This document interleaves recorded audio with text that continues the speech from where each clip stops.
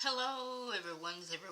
I am here for my review of Bridgerton Season 4, Part 2. If you are new to my channel, welcome. I am Lady T. I like to do reviews on scripted shows, reality shows, and also do reactions. If you're returning, you one of my people, so welcome back. This second part of Bridgerton Season 4 had me stressed out. I made two mistakes. One, I decided I wanted to watch, all four episodes for enjoyment purposes only, and then come back and watch it again for my notes. But I was traumatized watching it the first time, and then having to come back and watch it again and get traumatized again just to get notes. Secondly, I decided, hey, let me see what the next episodes are going to be about. And seeing things, I'm at every twist and turn wondering who's going to be, what's going to happen. Who is it going to be? Because it was always like, could it be this person over here? Could it be this person over there? I was stressed, but here we are.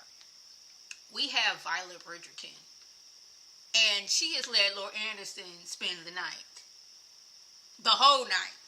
And I'm like, I thought he was supposed to be out of here because granted, Francesca had her party at her house. The kids was going to come back home. And how you going to sneak Lord Anderson out? It's daylight now. And people be talking. Y'all are not married. But they was like, we grown. So it's morning. So it's going to be what, round 3 over here? And I'm like, Lady Bridgerton, what if your kids see you? Like, how are you going to explain this?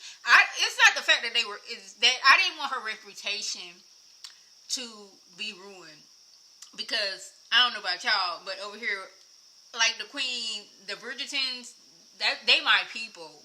Along with Lady Danbury, she is my girl. I don't really care too much to Lady Featherton. I just like Penelope, and I really do not like Penwood. She can kick rocks with Jesus shoes. Just saying. But we have Benedict. He cannot understand why Sophie don't want to be his mistress. Like, you have a house in the country, you'll have money, you'll have me. What else more do you want? And Mr. Mondrake is like, well, it don't matter if the person having rank or not. They don't want to be hidden. They want to be out in the open. They want to show their love to the world. Like, did you at least, explain to her in, a fairy tale land that y'all could be out in the world openly? And he was like, well, isn't that just lying? It's like, no, because you could be like, Sophie, I just don't want you to be my mistress just to be my mistress. Like, if I could, I would be with you openly, but I can't. But he just like, be my mistress. What's wrong with being my mistress? So now, she has this in her head. That's one thing she did not want to do, because Raggedy old Viscount Penwood, now, I don't really know in the ranks of the names and stuff like that, so do forgive me, but Penwood Lady Penwood, with her raggedy self, told Sophie that her mama was a mistress. Therefore, Sophie has always had that in her mind that she don't want to be nobody's mistress, because she don't want to be looked down upon. Because before Lady Penwood came on the scene, Sophie was treated like the princess that she is. Not princess, y'all know, for real, but she was treated like the young lady that she was. She was educated, she was top class, but once Raggedy Lady Penwood came in, oh no, you can't have your dance lessons, oh no, you can't have your French lessons. And then once Lord Penwood went on to be with him, she was like, yeah, you just gonna be a maid over here, but we gonna get to that in a minute. Hyacinth and Gregory, they have their pre-entering into society dance. And it was so cute because you see the younger kids and, having, doing the little dances. And I'm like, first of all, that dance looked way too complicated for me. Seeing them so young like that, it reminded me, side note, when I was in 5th grade, they put over the loudspeaker in school. Was it 5th grade or 4th grade? I want to say 4th. Yes, it was 4th grade. Yes, it was 4th grade. They put over the loudspeaker, hey, we're going to be doing line dancing classes during recess. And put your name in, and whoever gets picked, gets to line dance at the high school basketball game. So I was like, okay, cool. So, I did my line dancing, and my name was Pitt. And it was funny because the day that, like, the line dancing was on my birthday, so I felt really, really special. And when I tell you, we doggone to rehearse, and we went around that basketball court several times, and then the day of the dance, we didn't even make a full circle, and I was so mad because I thought we was going to do our little line dance for a good little minute. We came through and did, like, basketball court circle. We did like a half of a circle, and I was so mad. But, like, seeing them, like, doing their little dances, I was like, and it's crazy because I remember the dance in my head. Probably couldn't do it like I did it back in 1994, 95. Was it 94 or 95? One of those two. But yeah, seeing Gregory and Hyacinth, dancing, and Gregory, he done seen him a little girl, and he's already like, that's the future Lady Bridgerton right there. He's seen him, I don't want to say a little chocolate little girl because that sounds wrong. Little black little girl, and he was like, she shall be mine. And he couldn't wait to doggone dance with her. And I was like, oh, that is so cute. Then seeing them dance together, and Hyacinth, she is already in her mind. She can't wait to enter into society.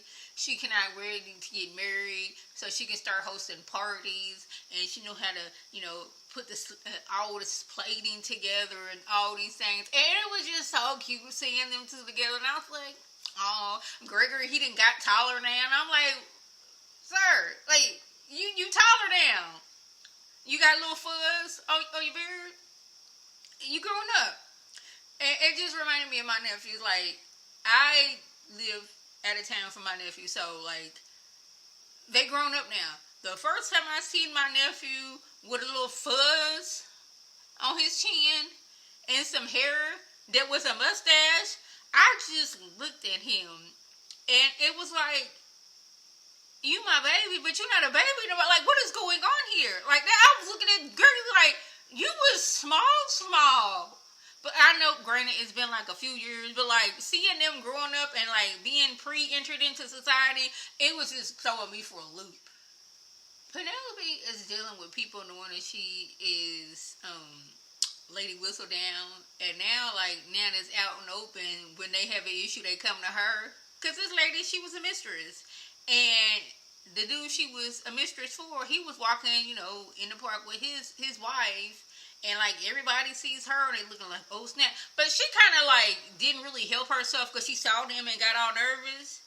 But, like, everybody already know that you were mistress. Like, you can't, I guess you can blame Penelope. Like, people already were suspecting that you were a mistress.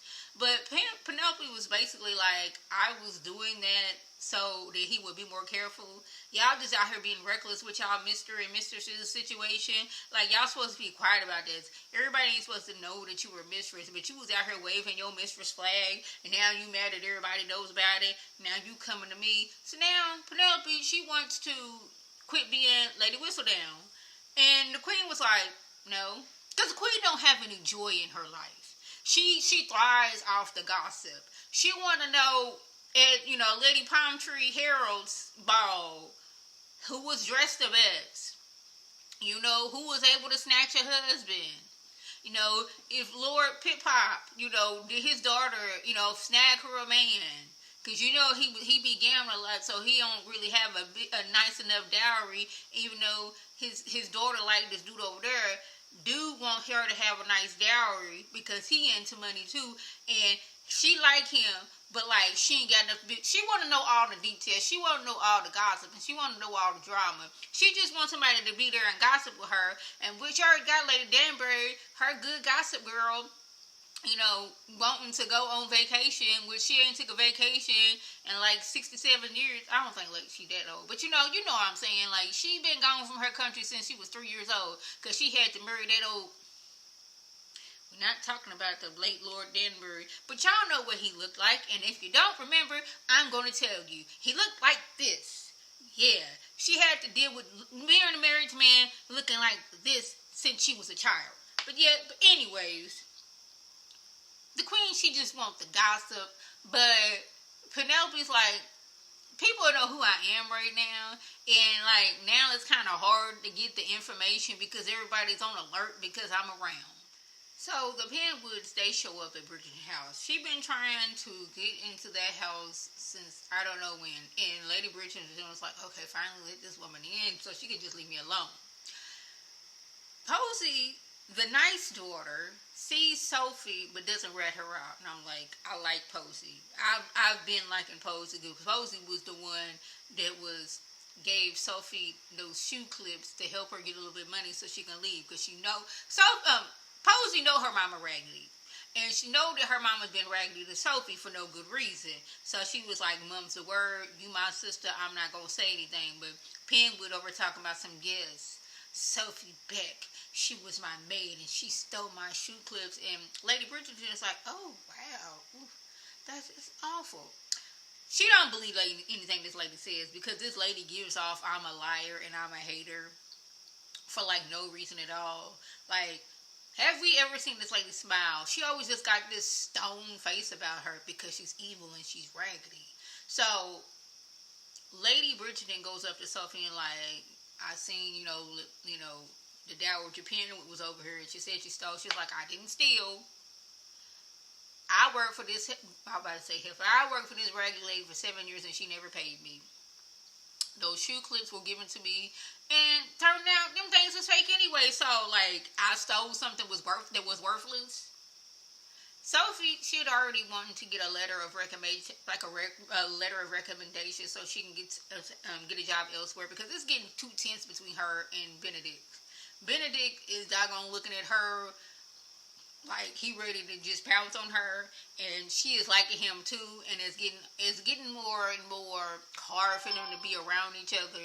Benedict don't never be at the Bridgerton house like that. He be drunk at his house with all kind of ladies of the night, and maybe some men too, but that's neither here nor there. But now he always at the Bridgerton house. He's sober, cleaned up, so everybody's noticing this. And then on top of that, he's slightly stalking Sophie, showing up everywhere. Showing up when Eloise and Francesca was walking, and since Sophie is the lady in waiting, or lady in waiting for the queen. She a lady's maid to Eloise. He shows up out of the goodness of his heart, but he wanted to know, Sophie, are you gonna be my mistress or not? Because I like you, you like me. We was kind of hunching on each other. So what's good? Like, can we not do this? And she was like, I really wish you would. It's so funny because she was like, why don't you go home somewhere else? Granted, this is your family home, and I am just a lady's maid. But why are you always here, sir? I thought that was absolutely hilarious that you questioning this man about being in his family's home when you are the lady's maid. But that's totally for you. And I love that about her because even though she is respectful, she is telling him how it is and how she feels. Why is the new Lady Penwood Cressica? Now, I don't know why I thought it was going to be like Sophie's mama or something like that, or her auntie. And she would have seen Sophie and like, no, Sophie, you were my niece. You were not going to be nobody's, maid, lady's maid, none of that. But it's Cressica Cowper. Y'all remember that raggedy girl who was always had one of her best Bronner Brothers hairstyle going on? And she was always, the outfits, they be a lot. It's like she trying to compete with the queen, because the queen, she too likes to wear a Bronner Brothers wig. They be doing stuff that they shouldn't be doing in the 1800s. She be having doggone it, what's it called, bird's nest up in there. I think at one point it was like a merry-go-round or something like that. She be having a lot going on with her wigs. Even though Cressica's ain't as big and exaggerated, she be having those hairstyles, and I be looking like, this is the 1800s. They didn't have hairspray back then, so how was they keeping those curls like that? Like, that's where my mind be going. But y'all, Cressica is the new Lady Penwood. While she was in the country with her auntie, she met Lord Penwood, and she want to be in the city. She want to be where the people are. So she convinced him to move back. That's why Raggedy Dowager Penwood now, Miss Gunn, She got to move out that house, and Kreska moved in. Now, y'all, pink is my favorite color. But I was like, oh my goodness. There's too much pink for me. Like the walls, the carpet, everything was pink. And I was like, that even that was too much for me. Y'all. Yeah, see, I got on a pink shirt right now. I got pink lights in the background. My coffee mug, pink. My phone case, pink. My phone holder, pink. The case to my tablet is pink.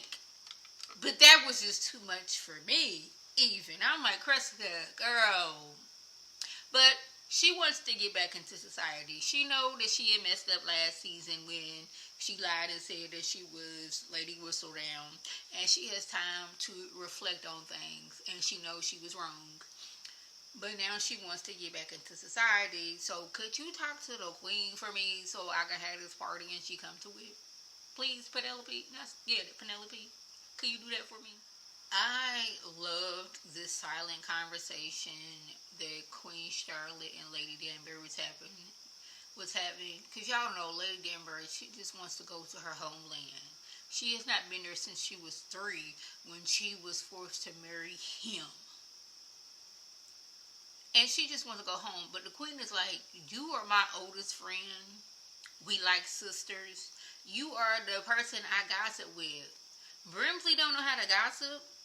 We know how to gossip about the people. But, like, she was looking at her like, Lady Danbury. Now, they was talking with their eyes.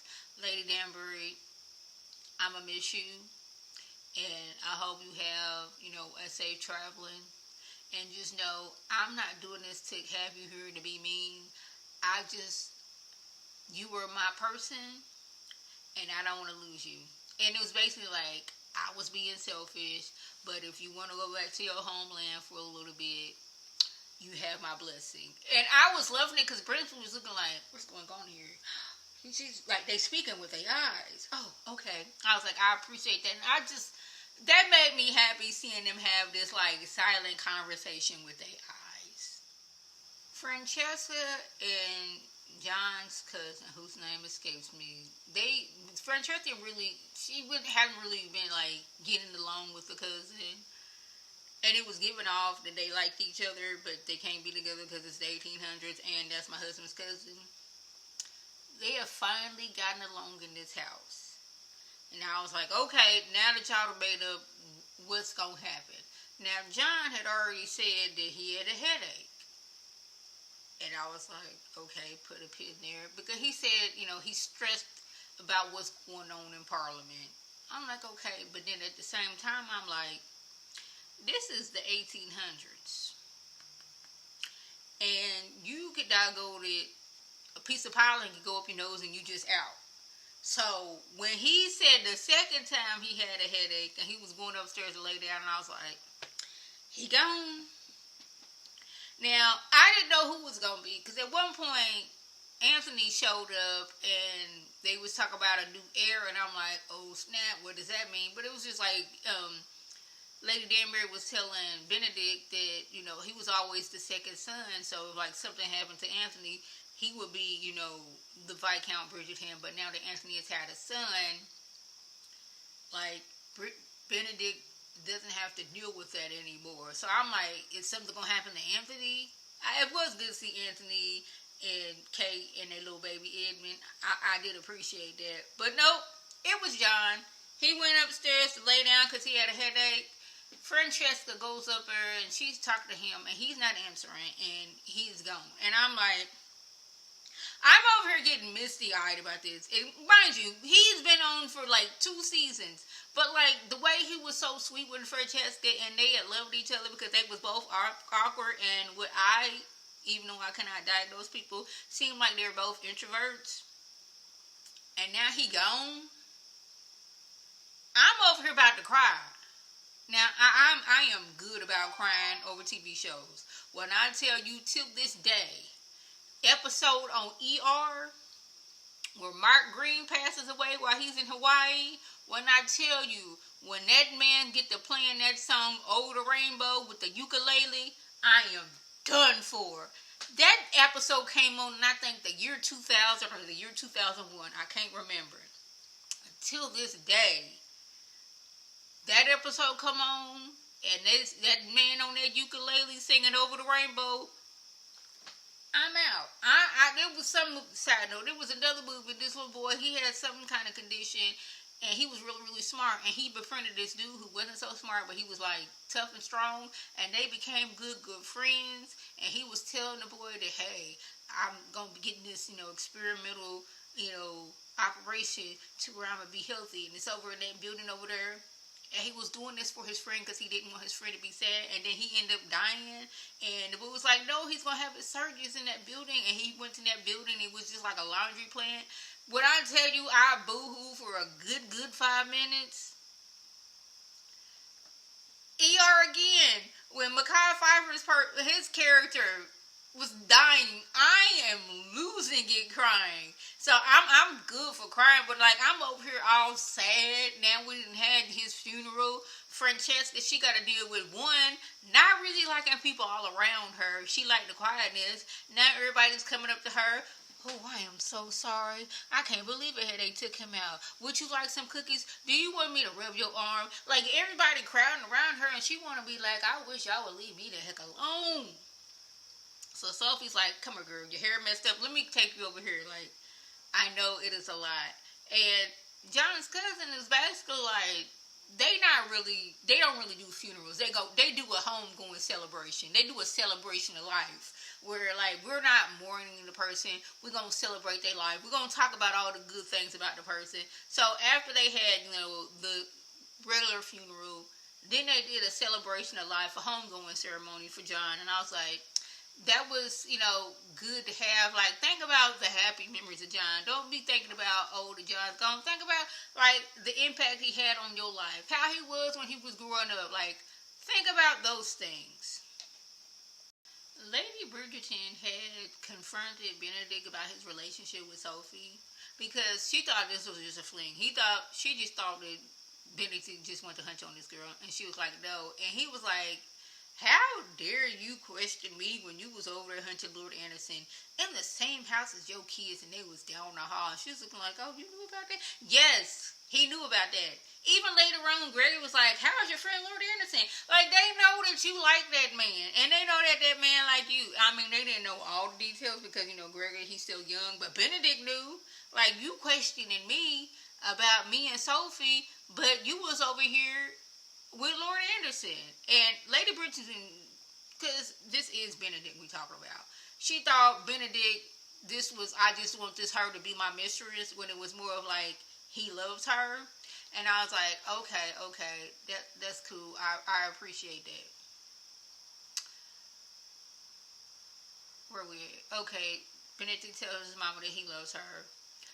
Lady Bridgerton, she's asking Sophie about her background and what she's hiding, because, like, if she have some type of status, then we can, try to find a way for Benedict and Sophie to be together. Because, like, she likes Sophie. And when she was, like, talking to her lady's maid, it was like, man, I wish there was some way that she was, like, a legitimate child, some sort of status, because she would make a wonderful daughter-in-law. Sophie, she gets along, because Sophie is a good person. And I'm going to give that attribute to her mama, even though we never seen her mama, and not so much as to her daddy, because how dare you have her in your house, raising her like a young miss, and once your new wife come in and you notice that, hey, my child ain't getting dance lessons, but yours are, he should have nipped that in the bud, but he didn't. So I'm going to blame Sophie being a good person on her mama. I'm gonna say she gets that from her mama. So, y'all, I really do like Sophie. Sophie was supposed to be working at the Penwood house, but since she was helping out with John's funeral and staying open helping with the Bridgerton family, she lost that job. So she was gonna just go to America and get a job. But before that happened, she ends up getting arrested. And I'm like,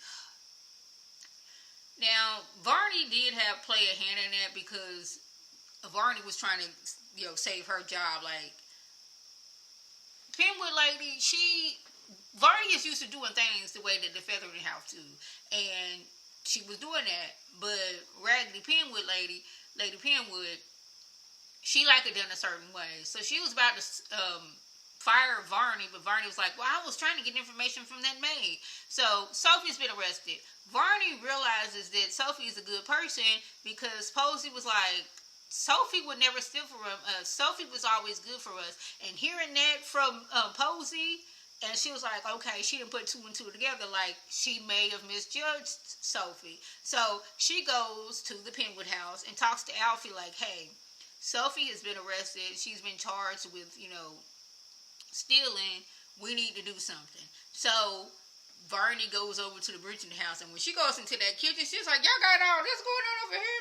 She was looking like, maybe I should get a job over here. So they go to the court.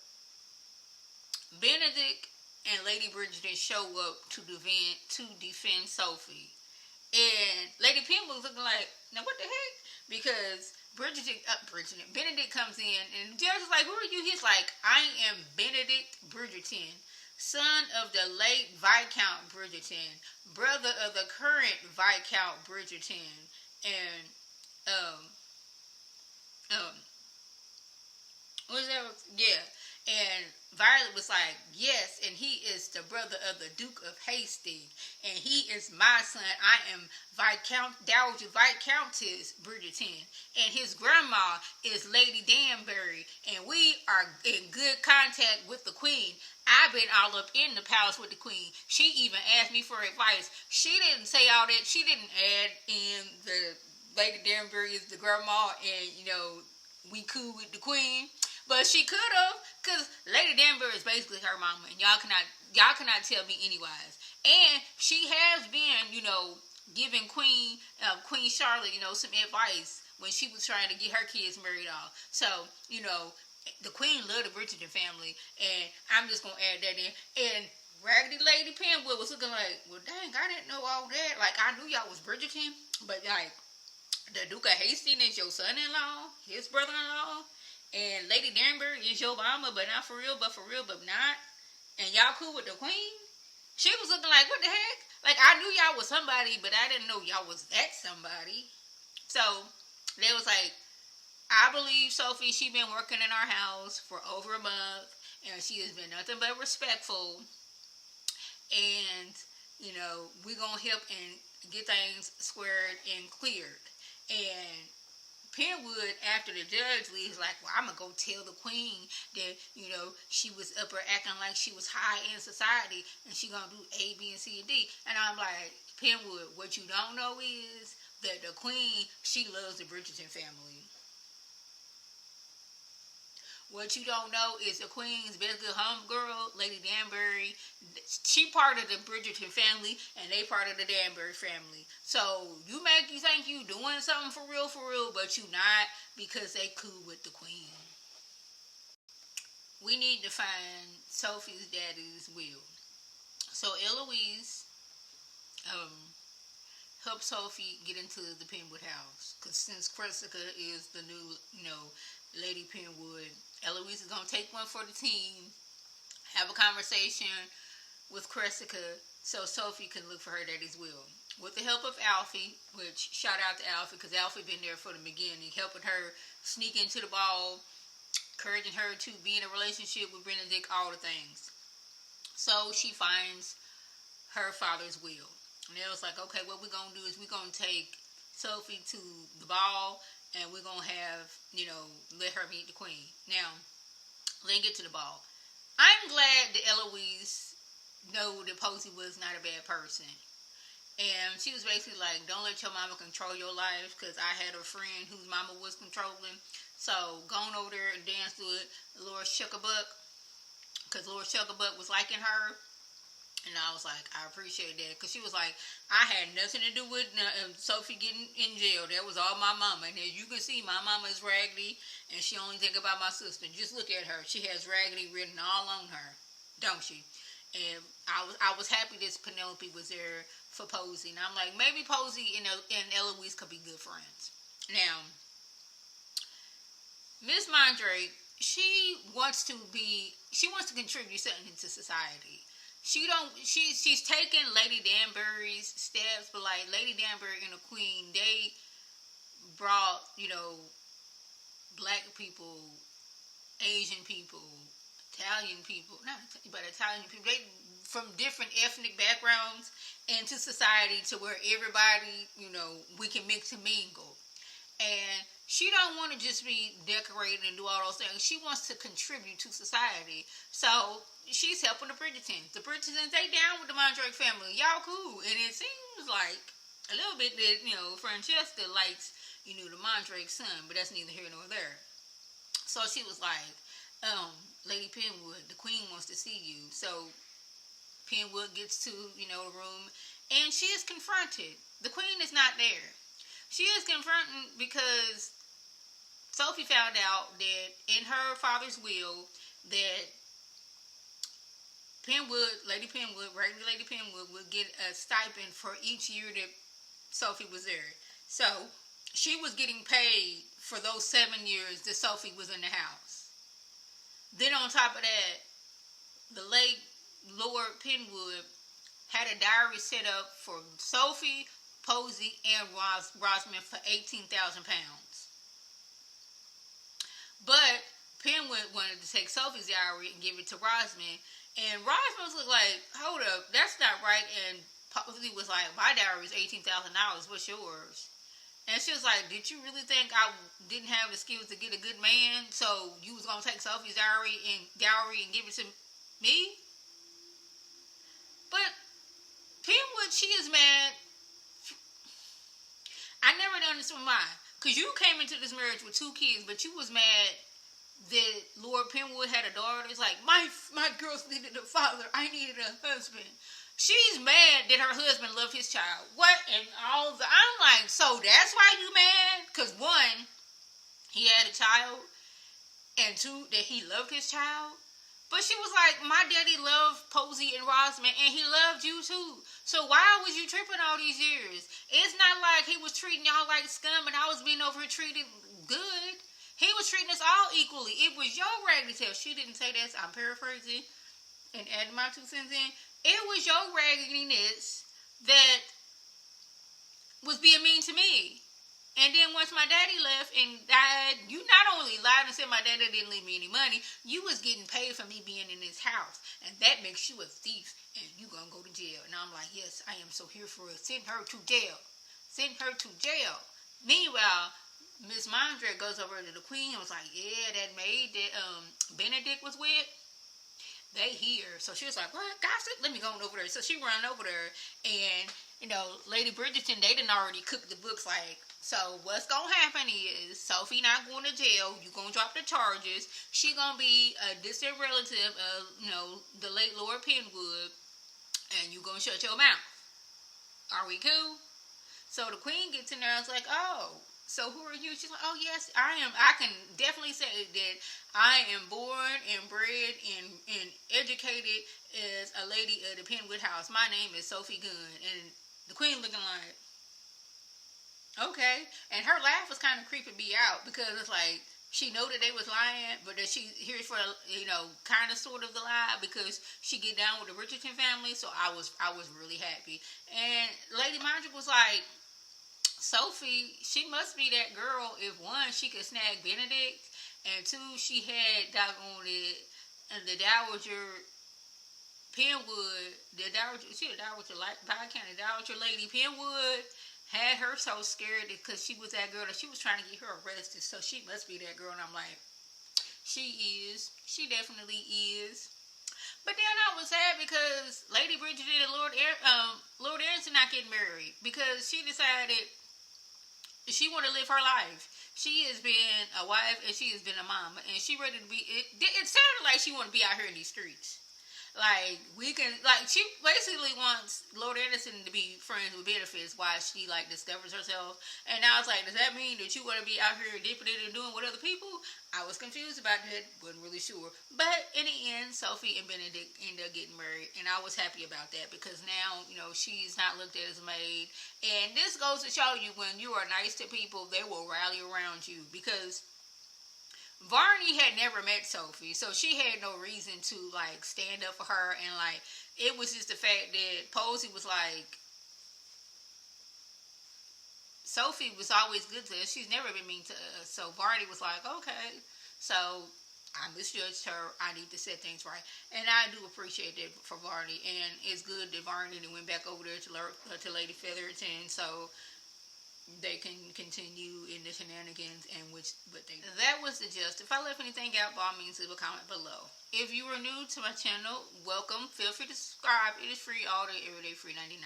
Make sure your notifications are on so on my beautiful Facebooks of a video. You can click on it, you can like it, and share it to people. You can come over and be one of my peoples by clicking that icon above. This is Lady T signing off. Have a good one.